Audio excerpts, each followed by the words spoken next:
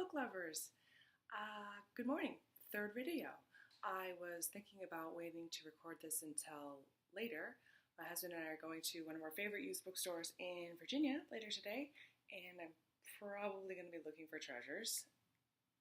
Then I decided that putting the show together, I got quite a few books out, and maybe I don't need to buy so many books.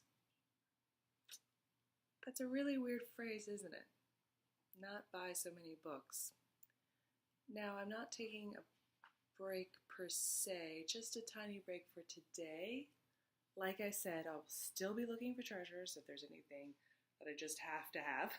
If you watched last show, you know how I feel about some things. I just had to have it. But we'll see how it goes. Okay, so we have a lot to get through. I want to keep these videos between 5 and 8 minutes.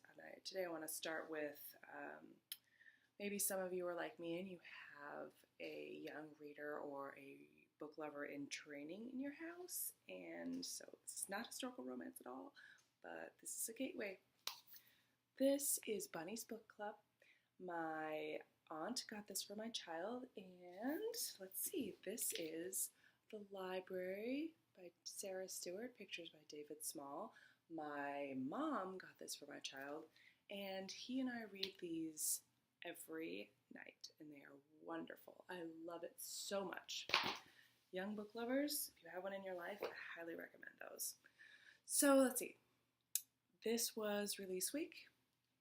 I came out with book number 3, To Seduce a Lady's Heart by Ingrid Hahn.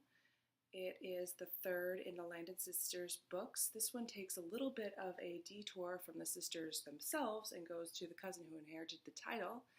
And it involves, the heroine is Lady Eliza, who you met in the first book. She's a friend of Lady Hetty and becomes a friend of Grace as well. Grace is the heroine of this book. It's been a great week. It's been a lot of fun.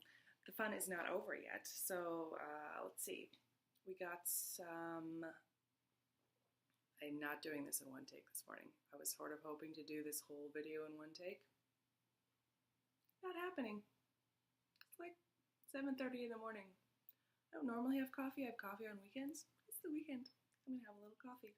Okay, some quick dated information. Today is July 16th, and on July 19th, we're having a Facebook party, Summer of Scandal, and you should join. When I first heard about these Facebook parties, I was like, okay. And then I joined one, and they are so much fun. I'm not even making this up. Everyone posts a picture of a really beautiful man as their date and a beautiful dress as their dress before the party starts, and then the authors come on at half hour or 15-minute increments depending on the party and ask a question, and people can post. People post pictures of their pets, people post pictures of their dream libraries, people build castles with beautiful pictures, people play fun little games. It's a lot of fun. There's prizes, and really you should join us. July 19th, I think it starts. I'll post in the notes here. You can see, and when the date is passed, I'll just take the link off. I'm going to be giving away some gorgeous notebooks. Obviously, I should be keeping that one for myself, but I won't. I'm giving away 3 beautiful rainbows. Love it. Love these. They have nice lines. Yeah, just love them. Since I have 3 books in the world, it just seemed like I should give away 3 prizes. All right. Now, I also wanted to wait to record this video until I had actually finished something that I started before last week's show. I didn't make it. My time is extremely limited. My child takes up a huge chunk, which is fine. But this is one that I wanted to finish. I'm so close. I picked this off my to-be-read pile, and why didn't I read this sooner? It is so good. It's not perfect. I don't love every single thing about it. I think the romance happens a tiny bit too fast, and some of the character changes sort of happen at a blink of an eye with the sister stuff. guys, it's still really, really good. The writing is amazing. You're totally transported to a different time. Love the heroine. I completely understand her because she's an oldest child and I'm an oldest child. She's like, oh no, you can't get your ears pierced, to her sisters. It's like, I'm 23. I could totally get my ears pierced. In my case, I have to be, for a long time, I really thought that I was the best at, I knew how it should be. It should be this way and you should do it my way. I had to train myself out of that. Now I'm just like, you know what? These people function in the world just fine. They get through their days, they go to their jobs, they pay their bills, they don't get in an accident every single time they drive, so you don't have to tell them how to drive. And you know what? A few years later, I am doing so much better. Just so much.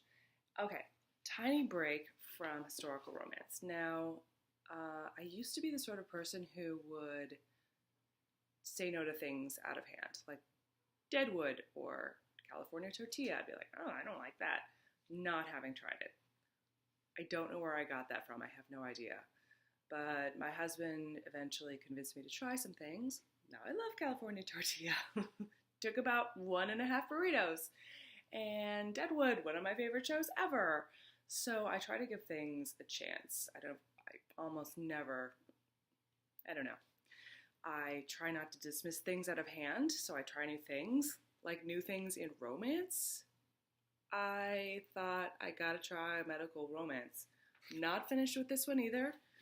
I have a bunch of books going and my Goodreads needs a lot of attention because I haven't done a lot of work on that recently, but I started it anyway. This is so good, you guys. I can't believe it. I know I love historical romance and I try not to take breaks from it because I have a lot of it to read, but I gotta try new things too, and I did not expect that. Larger print, which I love, it's easier to read. The characters in this feel very real.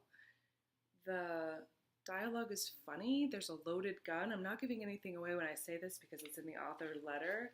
The heroine had to cut off all contact with her family because her father tried to arrange this horrible marriage for her, and so she got some help from the forced marriage protection people in Ireland or something. Oh, I love this book. It's so good. I don't love everything about it. That's the way it goes. I just still love it anyway. I am quickly going to talk about some of my favorite historical romances of all time. This list changes. And this is, I love some authors, but none of their books sort of make the cut. I don't know. I could choose like 20 favorite of all time. I chose 4 for right now. Elizabeth Hoyt, Duke of Sin. Guys, this hero is amazing. He's a complete villain. He is horrible. And his redemption arc is not complete. He doesn't get complete redemption.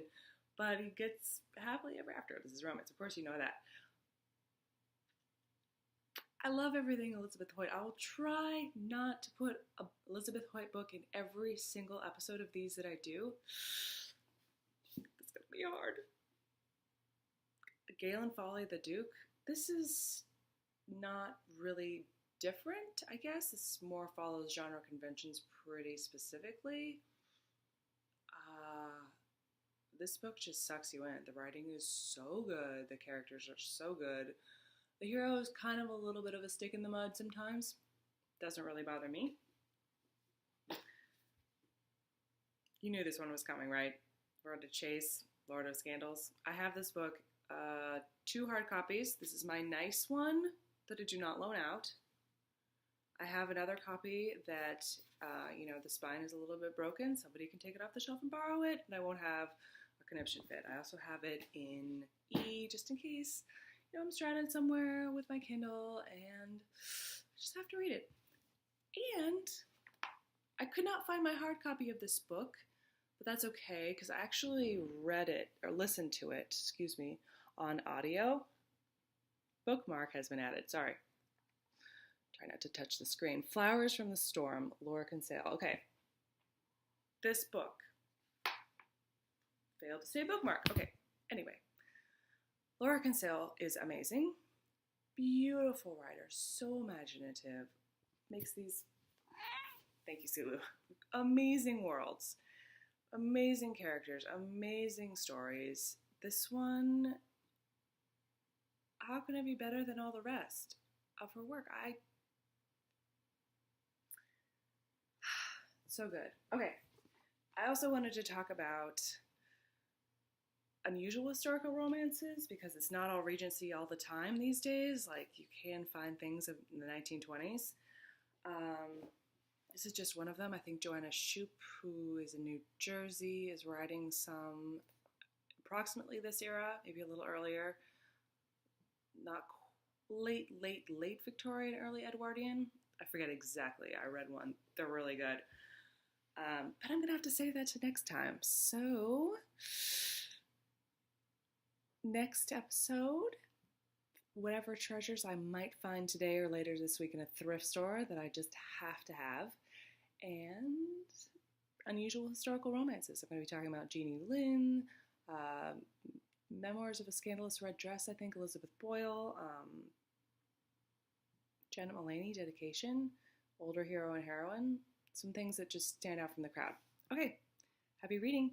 Okay, just really quickly, back to the medical romance. Now, this is nothing to do with the hero or heroine. This is just funny. I wanted to read this to you. Her eyes lit up with a new idea. This is the cousin of the hero who's the receptionist in the clinic. I bet you'll get in the paper. I'm not doing the Scottish accent or the Irish one.